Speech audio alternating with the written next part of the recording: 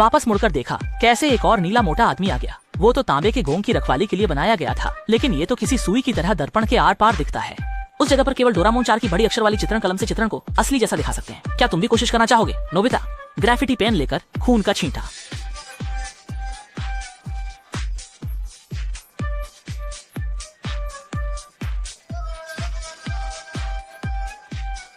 मुझे देने दो, जरूर टुकड़े टुकड़े हो गया है, मगर पुनर्निर्माण किरण में शायद कुछ समस्या हो गई है। चाहे स्विच कितनी भी बार चालू करें या कितनी बार जाते हैं, बोतल फिर भी अपनी पुरानी तरह नहीं बनती, वापसी नहीं हो रही। फिर पैर से मेज के नीचे मारा। माँ लगभग अनुमान लगा चुकी थी। अपेक्षित दृश्य प्रकट नहीं हुआ।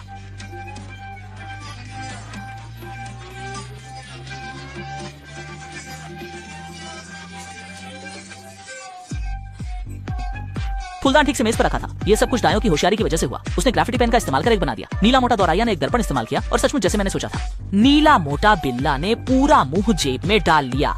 मेरा समय का कपड़ा कहाँ है?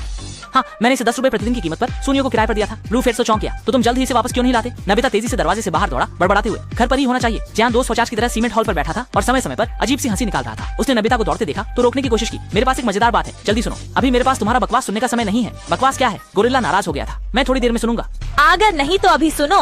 लेकिन दाइशु के पास सच में समय नहीं है, इसलिए उसने फिर से ग्रेफिटी पेन का उपयोग किया। यह भी नहीं पता कि क्या चित्रित कर रहा है।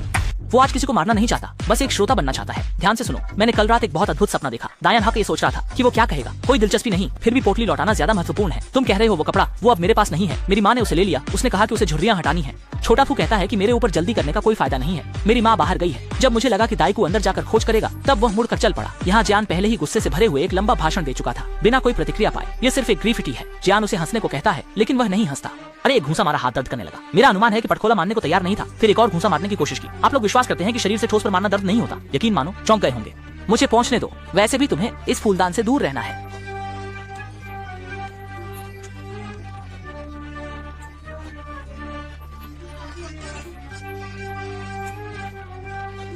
अगर गलती से तोड़ दिया तो क्या करेंगे? सच में चोर की तरह पकड़ने की कोशिश। दायोजन फोन पर जल्दी मचाता है। दूसरी बार शिशु को जल्दी करने के लिए कहता है, शिशु